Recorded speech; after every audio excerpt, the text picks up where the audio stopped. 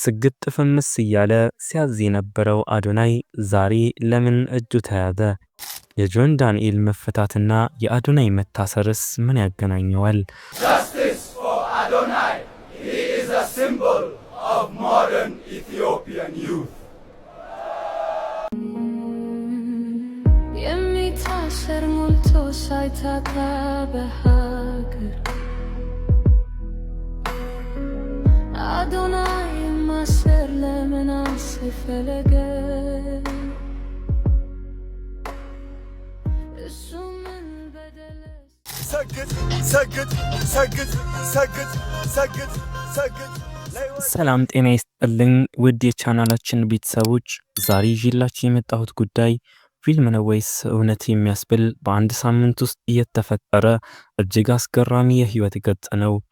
እስቲ አስቡት፣ ከሳምንት በፊት ንጉስ የነበረው ዛሬ እስረኛ፣ ከሳምንት በፊት እስረኛ የነበረው ዛሬ ደግሞ ነፃ። በመሃል ደግሞ የዚህ ሁሉ ታሪክ ሴራ የሆነችው ጃኒ አለች። ምንድነው የተፈጠረው? ስግጥ ፍምስ እያለ ሲያዝ የነበረው አዶናይ ዛሬ ለምን እጁ ተያዘ? የጆን ዳንኤል መፈታትና የአዶናይ መታሰርስ ምን ያገናኘዋል? ሶሻል ሚዲያው የጃኒን የነካ የለውም በረካ እያለ የሚቀልደው ቀልድ እውነት ይሆን? አብረን እንይ ወደ ጉዳዩ።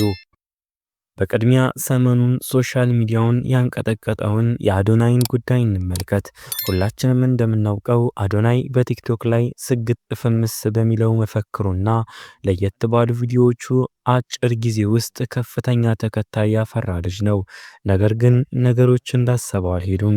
ሰሞኑን ፖሊስ ከኢትዮጵያ ባህልና እሴት ያፈነገጡ በሚል በቲክቶክ አዋርድ ላይ በተገኙ ሰዎች ላይ እርምጃ መውሰዱ ይታወቃል። ታዲያ በዚህ ኦፕሬሽን ውስጥ አዶናይም ከፍቅረኛው ጃኒ ጋር እጅ ከፍንጅ ተይዞ ወህኒ ወርዷል። ነገር ግን የአዶናይ ጉዳይ ከአለባበስ ብቻ ያለፈ ይመስላል። አስታውሳችሁ ከሆነ በቅርቡ በአየር ኃይል ግቢ ውስጥ ተገኝቶ ለተመራቂ ወታደሮች ሰግጡ የሚል መልእክትም አስተላልፎ ነበር። ይህ ጉዳይ ብዙዎችን ያስቆጣና እንዴት ክብር ያለው የሰራዊት ግቢ ውስጥ እንዲህ ይባላል፣ የወታደራዊ ዲሲፕሊን ቀይ መስመርን አልፏል ያስባለ ነበር። የሁሉ ተደማምሮ ዛሬ አዶናይ ለራሱ በሰፈረው መስፈሪያ ስግጥ የሚለውን ቃል በተግባር እንዲያየው ዳርጎታል የሚሉ መላምቶች አሉ። አሁን ወደ ጨዋታው ዋና ሴራ እንግባ። እዚህ ታሪክ ውስጥ ነገሮችን ፊልም ያስመሰለው አጋጣሚ የሁለቱ ወንዶች የጋራ ዕጣ ፈንታና የጃኒ ጉዳይ ነው። እስቲ ከዓመት በፊት ወደ ኋላ እንመለስ። የጃኒ የቀድሞ ፍቅረኛ ጆን ዳንኤልን ታስታውሳላችሁ? ያ የኢትዮጵያ አየር መንገድ ድራማ። አዎ፣ ወደ መቀሌ ለመብረር ተሳፍሮ አየር የለም በረራ ተሰርዟል ውረዱ ሲባል አረ በፍጹም የገባሁበትን አውቃለሁ አልወርድም ብሎ አውሮፕላን ውስጥ አምባጓሮ ፈጥሮ የነበረው ጆን ዳንኤል በዛ ምክንያት ለእስር ተዳርጎ ዓመት ሊሞላው ቆይቷል። ታዲያ ጆን እስር ቤት ሲገባ ጃኒ ወደ አዲሱ ኮከብ አዶናይ ጎን ተሰለፈች። አዶናይ ፌመስ ሆነ፣ ስሙ ገነነ። ከጃኒ ጋር ዓለማቸውን ቀጩ። ይህን ያዩ ብዙዎች ግን በኮሜንት ምን ይሉ ነበር? ጃኒን የነካ የለውም በረካ እያሉ ሲቀልዱ ነበር። ለጆን የሆነውን ለአዶናይ እንዳይሆን ሲሰጉ ነበር። እዚህ ጋር ነው የህይወት ዥዋዥዌ የሚገርመው። ልክ የዛሬ ሳምንት አዶናይና ጃኒ በነፃነት እየተዝናኑ ስግጥ ፍምስ እያሉ ሲጨፍሩ፣ በዛኛው በኩል ጆን ዳንኤል ጨለማ ቤት ውስጥ ቀናት ይቆጥር ነበር። ዛሬ ነገሩ ከላይ ወደ ታች ሆኗል። ጆን ዳንኤል የእስር ጊዜውን ጨርሶ ልክ ሲፈታ በሩን ተቀብሎ የገባው ደግሞ አዶናይ ነው።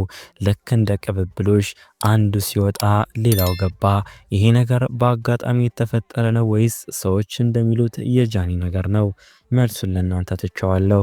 በመጨረሻም የምንማረው ነገር ቢኖር ዝና እና ታዋቂነት ምን ያህል አደገኛና ተለዋዋጭ እንደሆኑ ነው። በአየር ኃይል ግቢ ውስጥ ክብር ተሰጥቶት የነበረ ወጣት በጥቂት ሳምንታት ልዩነት ውስጥ ወንጀለኛ ተብሎ ሲታሰር ማየት ያስደነግጣል። በዛ ላይ በሀገር ባህል በወታደራዊ ክብርና በሕግ ጉዳይ ላይ ቀልድ እንደሌለ ማሳያ ነው።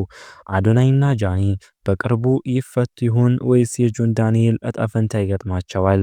ጉዳዩን ተከታትለን የምናቀርብላችሁ ይሆናል። የዛሬው ቪዲዮአችን ይህንን ይመስል ነበር። በጉዳዩ ላይ ያላችሁን ሐሳብ የጃኒ ነገር አጋጣሚ ነው ወይስ እውነት የሚለውን ኮሜንት ላይ አስቀምጡልኝ። ይህንን መረጃ ለሌሎች እንዲደርስ ቪዲዮውን ላይክ እና ሼር ማድረጋችሁን አይርሱ። ለቻናላችን አዲስ ከሆናችሁ ሰብስክራይብ በማድረግ ቤተሰባችን ይሁኑ። በቀጣይ ቪዲዮ እስክንገናኝ ቸር እንሰንብት።